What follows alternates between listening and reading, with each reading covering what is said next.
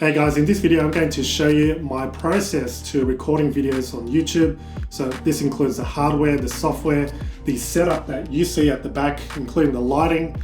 So if you're interested in recording talking head videos like the one you see here, or a how-to sort of screencast screen tutorial video like the one you see here, then keep on watching. My name's Aurelius, and on this channel I share my tips, tool reviews and tutorials to help you scale your business with online tech. So if you're new to this channel, be sure to subscribe and turn on notifications so you don't miss a thing. All right, without further delay, let's get to the video so I can show you my process to recording videos. All right, let's talk about hardware first. The first thing you're going to need is the most obvious, and that is a camera.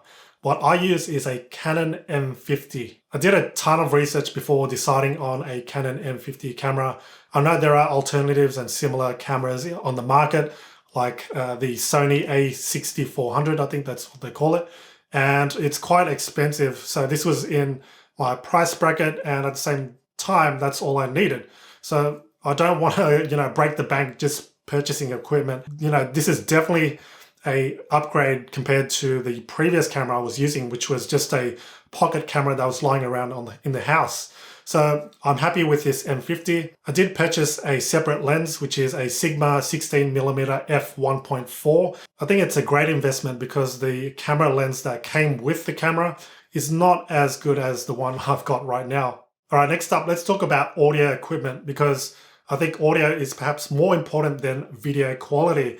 Viewers can forgive you if the quality of your video is kind of mediocre, subpar, and if your audio is bad, and they can't hear you, there's a lot of background noise, then that is really going to be annoying because they obviously can't hear what you're trying to say.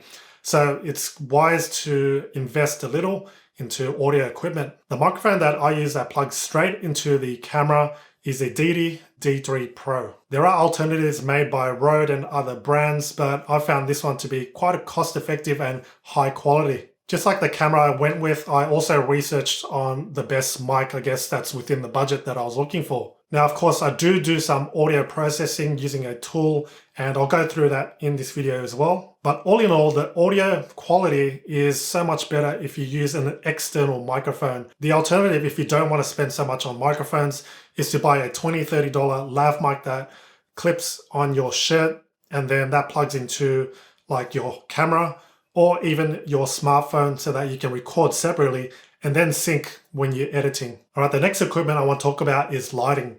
What I use to light all my videos is a Godox SL60W. Now I want to show you what this looks like and how I actually set it up. So I've got the Godox 60W here, and it is attached to a dome. So this is bought separately. You do need to buy this separately. This is the brand that I use is just a newer dome, and it shouldn't set you back that much. It's quite cheap actually.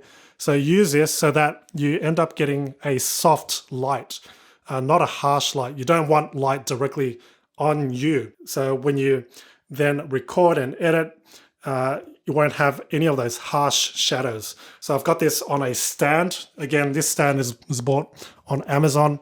Doesn't cost much. I think I bought a 2-pack for like 20, 30 bucks, and I can adjust it the way I want. So whatever height that I want. In terms of the settings of the Godox light, I've got it set at about 27%, and you can adjust it like right here. So there's a knob to adjust it, but I don't usually play with that. So I've got it all set so that once I want to start recording, all I need to do is just turn on and off the switch. Just like that. Now, on top of this lighting, I also have this right here. All right, this is the original light that I used. This is called the Falcon Eyes SO28TD.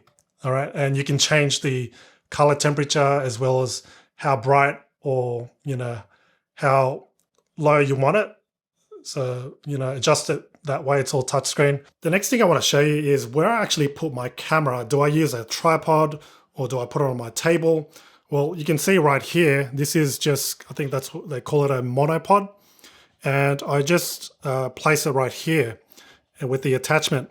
So this all is actually adjustable like that, you can see. So you can place it as high or as low as you want. And as I move it, you can see I can move it where I want, just like that. So this is then also attached to a freestanding stand for my monitor, so you can see what it looks like. And that is all hooked up to my 34-inch monitor. So I use a Dell 34-inch curved monitor, just to give you another angle. That's what it looks like. Being efficient is crucial to me, especially when I record 2 videos a week. I don't want to have to take all my equipment out again and place everything and forget where I actually have everything set up. So instead, this is why I have this set up right here. And I just want to basically turn on the camera and then start recording. The last thing you want to do is spend the next hour or two setting up your equipment when you could be recording videos. The next piece of equipment that I have is this microphone boom stand, and it's simply clipped on, attached to my floating shelf here. So when I record and sit down further away from my camera, I want to make sure that my audio is still clear and crisp. So I attach my audio here, which then plugs into my camera. So you do need a longer cable that attaches from your camera to this boom stand. When I record video tutorials, I use a different microphone. So this is the Rode Procaster microphone. I've had this for many, many years, and it's done a fantastic job of delivering high quality audio. So if you want to record high quality screen video tutorials, I recommend this microphone. Now, what you do need, because this is not a USB microphone, you do need a kind of a mixer or receiver. I'm not sure exactly what they call it, but basically I use a Scarlett Solo. So that plugs into this Scarlett Solo, and the Scarlett Solo then plugs into your laptop or computer. In terms of my camera settings, I make sure that I'm always recording in 1080p, which is basically 1920 by 1080 pixels. Next up, let's talk about software that I use to edit my videos. So depending on what type of video that I make, that's where I edit most of my videos. I use 2 specific programs. Number 1 is Adobe Premiere Pro, and number 2 is ScreenFlow. Now, why do I use 2 separate softwares to edit my videos? Well, firstly, for Premiere Pro, I use it because it gives me more flexibility and more powerful features in terms of actually color grading, editing things like exposure, highlights, contrast to my videos so that I can get it the way I want. On the other hand, with ScreenFlow, you can only do basic editing of your videos. Its main focus is for recording and editing screen video tutorials. As a little side note, ScreenFlow is a Mac-only app. So if you are using Windows, then you can use an alternate such as Camtasia. The next piece of software that I want to talk about is called Notion. This is simply a project management system that helps me organize all my video topics, and so I can also track the progress of where my video is at and when I'm going to release it. So this is as simple as adding all your ideas in one section, then it moves on to script. So if you like one of the ideas, or if I like one of the ideas in this case, then I move it to script. And then once I script it, I then move it here, so then I know what's already scripted and what's ready to go for me to start recording. Once it's recorded, I then move it to edit and review. Once it's all edited, then I publish it and place it into the published section. Now let's take a look at one of the video scripts I've already done and a video that I've already published. So this one was for PayHip, a review and tutorial of it. At the top, I've got these basic things like the status, link media. I don't really use these, but I usually use the publication date so that I know when I'm going to release that particular video. I also add keywords that I'm targeting for this video so that I can keep it in mind. And this also plays a role in terms of YouTube SEO. If you do want to learn more about YouTube SEO and all the things that I add so that I can get my videos ranked on YouTube, I got another video right up here that I'll link up. Scrolling down, I've got a script that I usually follow. This is my structure that I follow so that I don't get lost and so I know what to say on camera. Now, I don't do word for word scripting because, in my opinion, this may sound a bit robotic and not as natural. So what I do instead is just put bulleted points and things I want to cover in the video. So the structure usually follows like a hook that's about 5, 10, even 15 seconds where I tell them exactly what they'll learn in the video. I used to have like an intro video that I added that's 10 to 15 seconds, but I found that you want to keep your audience retained and engaged in your video. So I've completely removed that whole section. And so I go straight into the video where I welcome my audience to tell them to subscribe as well. And then I also give them another summary of what they'll learn. And then I tell them what I promised at the beginning. So I cover all these things. And after I've actually talked about the meat of the video, I then move on to some power tips. I sometimes add power tips, sometimes I don't. After that, I share my conclusion, words, last words, and my verdict of a particular tool if I am doing some sort of tool review. And next, I get my audience to engage in my video. So this may be something like, what's your favorite tip or favorite tool? Feel free to comment. So that builds up a bit of engagement, and that helps with the algorithm too. And next, I then share my call to action. So things like my video, subscribe if you're new, and then watch this next video. So that pretty much sums up my video script and template that I follow. I've got this template that I use so that I don't need to keep creating that template. So for instance, if I've got something that I need a script, I'm going to create a new video idea here. So demo. And then when I click it, let's click it once. I've got this template that I created. So I'm going to click on video template. And then after that, it pre-fills all those, the template so that I know exactly what to fill in. So there's no guesswork here. It's all filled in for me, and all I need to do now is fill in the blanks. So if you want to stay organized, use a project management system such as Notion. There are alternatives such as Trello and Asana. So check those out and see which one fits you. Now with the hardware and most of the software covered, I want to now show you how to record and edit videos, just like all my videos and screen tutorials. So if you've ever wanted to create that bubble effect where you're in the corner of your screen and sharing a screen tutorial at the same time, I want to show you how to do that. So I'm going to record this demo now so that I can use it for the editing and show you exactly how to redo that sort of circle and bubble effect on your screen tutorials. So I'm switching over to my screen now, and this is on Amazon. We've got the Godox SL60W. So just scrolling, and as you can see, I'm just doing this so that I can get some screen recording. Now, how I actually record a screen tutorial with myself in it is that I record on my camera, which is the Canon M50, and then I start recording on my screen using ScreenFlow. And then when it comes to editing, I then put the two together, sync it up as well. So I use a Mac, and at the top, I've got ScreenFlow sitting, and it's already recording since I'm recording the screen. But if you are using Windows or if you're using Camtasia, then that may be located somewhere else. So you start recording and record yourself at the same time. And then when you stop or you finish recording a video, you stop it and then transfer the files over to your computer. So here's the demo video I'm going to work with. And at the same time, I've got my screen recording right here.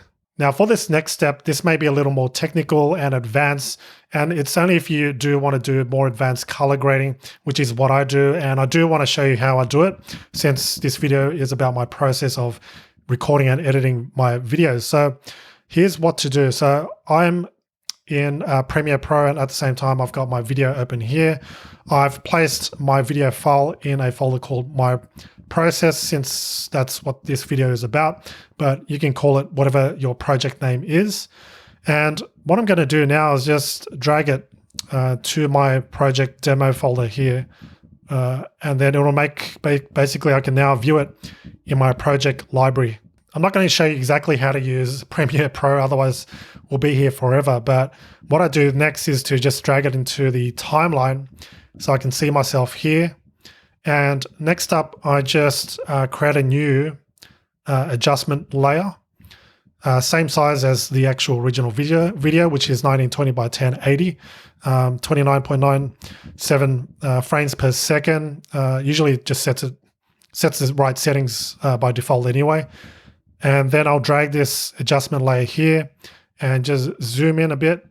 So I'm not going to show you every single step, but this is basically what I do first so that I can get the right colors, what I've done to save time is to create a preset. So all I need to do now is to go to Effects, Presets, and I've got my preset right here for September 2020. That's my latest preset. So all I need to do now is just drag it to my adjustment layer, and voila, as you can see, it's already color graded and added the right amount of exposure, highlights, contrast, and all that. So you can see the before. So let's zoom in a bit more. Here's the before, after, before, after, before, after. At this point, I don't want to edit much, but because this video is one long video as part of this actual video that I'm recording, I only want that piece of demo video that I've got. So it starts from here, somewhere here. So I'm just going to cut off what I don't need so that to save me time. So I'll cut it from somewhere here and cut the rest so that I've only got that small piece. Next up is to export. So I'm going to go File, Export, Media. I use a custom preset so that I don't need to keep putting in the right video settings and audio settings over and over again with each and every video that I record. So what I've done here, you can see some of my audio settings right here. So I just use a high bitrate, VBR to pass with maximum render quality. I'm going to now name this output file demo. Oops. Click Save, and now I'm going to export. All right, now that the video is exported from Premiere Pro, I no longer need Premiere Pro at this point. So what I'm going to do now is have my screen recording open. So this is in ScreenFlow.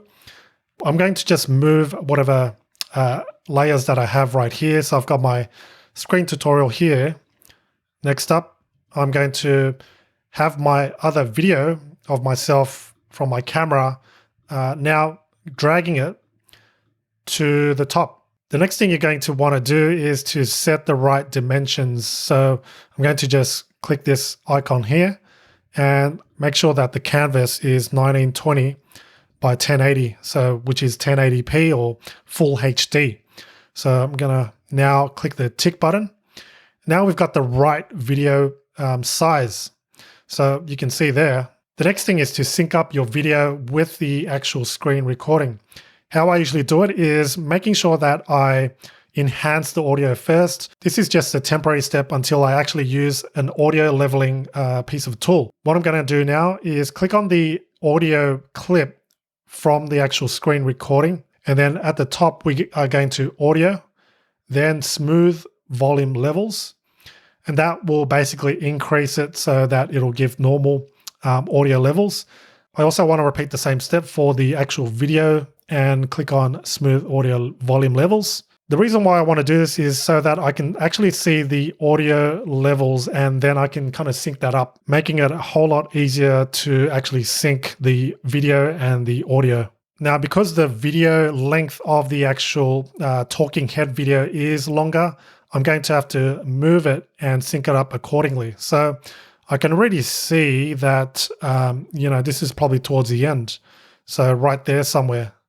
So then we can cut out the rest. So I'm just going to click somewhere here and zoom in so that I can see exactly where it starts and where it finishes. So we can see it's not quite aligned yet. So I'm going to move the screen recording one just a tad. So it's somewhere there. You might need headphones or earphones so that you can listen carefully as opposed to using your computer speakers. So I'm going to play this back and see how that sounds. So I'm switching over to my screen.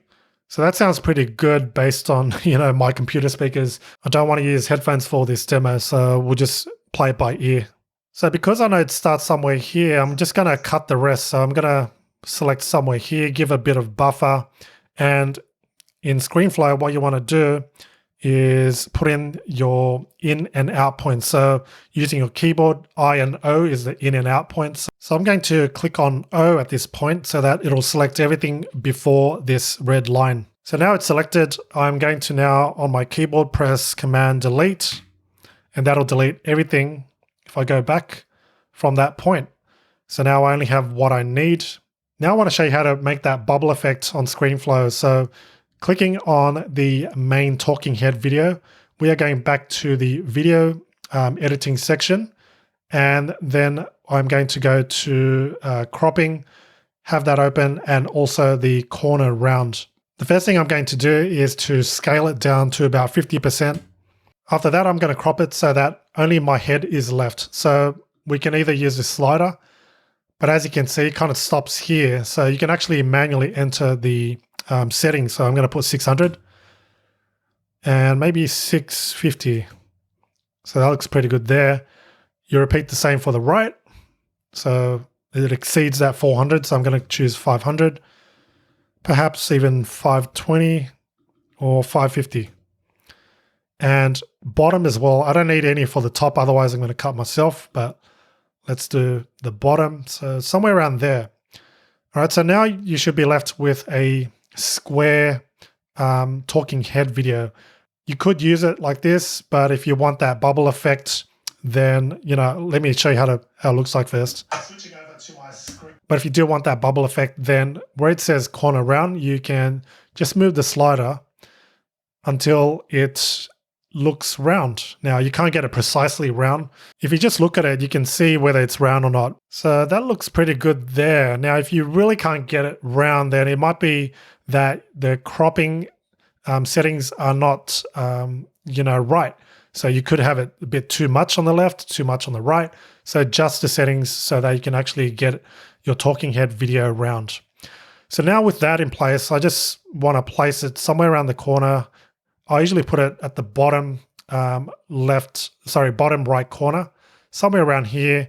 I have it up a little more because I know with YouTube videos, you do have this kind of like watermark on the corner. This goes for my videos at least because I have a watermark permanently throughout the whole duration of all my videos. So I want to make sure I reserve this space for that little watermark. You could even have it a bit more higher so that gives more of a buffer. So now when I play back my video, I've got this, talking head video, and I'm talking as well as showing my screen at the same time. My screen now, and this is on Amazon. We've got the Godox SL60W. So just scrolling, and as you can see, I'm just doing this so that I can get some screen recording. All right, so that's pretty much the demo video. I want to also remove whatever else at the end. So at this point, I'm just going to delete everything from this point forward. So I'm going to press I on my keyboard. That selects everything after that, and then Command Delete. So now I only have, this 13.5 second piece. With tools like ScreenFlow and Camtasia, you are given these tools so that you can add annotations, you can add text as an overlay. So let's say somewhere around here, I want to put some text. So at the top here, I want to put text, click the plus icon, and then put, let's say Amazon, and I can put this wherever I want. So somewhere in the middle or somewhere in the corner. In addition, you can also do things like add annotations, like I said. So things like square boxes like that, or you can kind of freehand draw anything you want. And you can make it appear so that it starts at a particular section. So at this point here, it starts at about 2 seconds. So let's play it from the beginning. As you can see, and you can cut it as well. So if I want both of these layers cut, I'll just select both of these layers and just drag it to somewhere here. You can also add transitions if you want. So for this layer here, the actual squiggly line, I'm going to right click on Add Starting Transition. And now where the gear icon is, I'm going to select whatever effect I want. So let's say you want a swipe effect, you can select that. And now we can play it. I've got that swipe effect, as you can see. Let's play it again so you can see. Like that. Now I want to show you how I zoom in and out of a particular section of my screen recording. So I'm going to select somewhere around 5 seconds here, and selecting the screen recording layer. At the top, we've got video. We're going to click on action. So we can add an action right here, represented by this yellow box. And now where it says scale, I'm going to just drag the slider to how much I want it to scale by. And now I can position it as well by dragging somewhere around here. All right, now you want to see how it looks like. This is what it looks like right here. You can also change the actual speed of the effect or the scale by just dragging how fast or slow you want it. So let's say we want it to last 2.5 seconds, or let's say 3 seconds or so, like that. That's close enough. Now, as you can see, it's zooming in slower. All right, at this point, the video is edited, but the audio levels haven't been tweaked yet. So what I'm going to do now is get the audio levels fixed using a software tool that's web-based called Auphonic. What I'll do first is export the actual audio from my microphone right here, as opposed to the one on the camera, but you can use the one on your camera if that is the audio equipment that you recorded your voice in. So I'm going to disable the one from the camera. So that's disabled now, you can see, and leave the Scarlett Solo audio recording, which is the one from here. Under audio settings, I want to make sure I deselect the smooth volume levels so that I can let Auphonic do its job better. Next up, I'll go to File, Export. I'm just going to call this audio since I'm only exporting the audio. Click on Customize and making sure I deselect the video and leave audio. And I'll leave the settings as is, which is 48 kilohertz for the sample rate and data rate for 256 kilobits per second. For the channels, because my mic with the mixer only records in mono, I'm going to select mono. But in most cases, if you are using some other equipment, then you'll probably be exporting in stereo. I'm going to click OK and now click Export.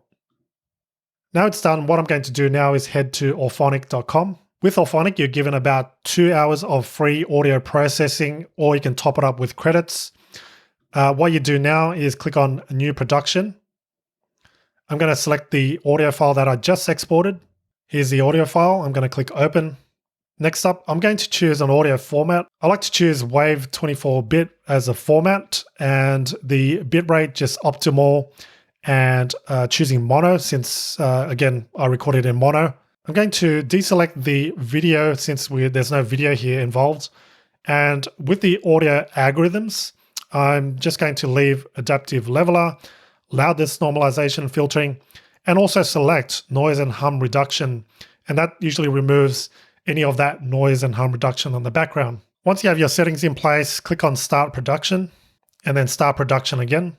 Now that's going to upload and process your audio. Because my audio file is quite small, it shouldn't take long. All right, so here's the output. I'm going to just now download the audio file. Here's the audio file from Auphonic. I'm just going to call this audio clean, since that is the one that's been cleaned up.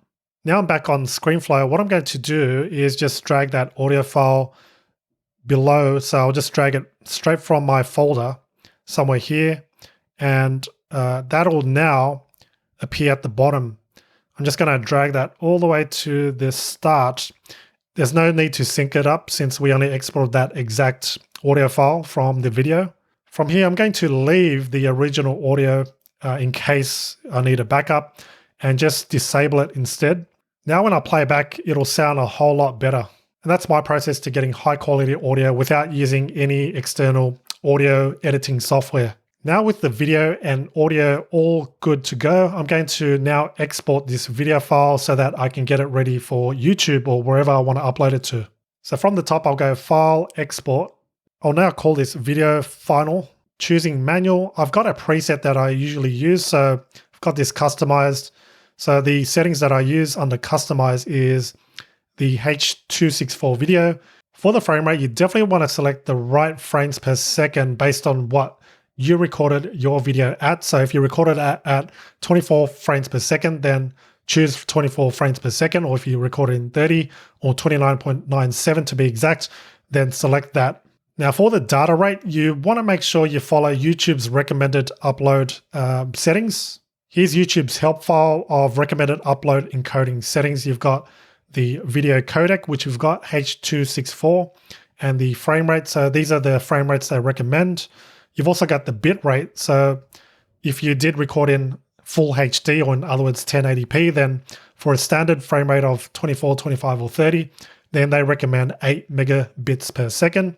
And for high frame rates, you got 12 megabits per second. So I simply use the 12 megabits per second, which is 12,000 kilobits per second. So those are the video settings, as you can see. Now for the audio settings, I just select 48 kilohertz, and data rate, I use 256, and choosing mono again, and click OK. Make sure that your resolution's set right. And then now I'm going to click on export.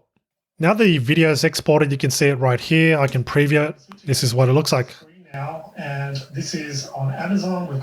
Alright guys, so that pretty much sums up my process to recording videos. I know a lot of you have asked me, how do I record my videos? What tools do I use? How do I create that little bubble effect on my screen tutorials? So hopefully this video has given you more insight and ideas as to how you can create your own videos too. What's important to remember is that you don't need all this expensive equipment to start off with. You can use whatever you've got, and as you progress and get the hang of things and you actually start making some money, you can reinvest some of that money back into equipment like audio, camera, lighting, and whatnot. The most important is just to start, keep it consistent, and don't let equipment stop you from recording videos. If you got value from this video, be sure to hit that like button, and if you're not subscribed yet, make sure to hit that subscribe button below and turn on notifications too, so that you'll be the first to know of any new videos I post up here on this channel. Thanks so much for watching, and be sure to stick around to watch these next relevant videos.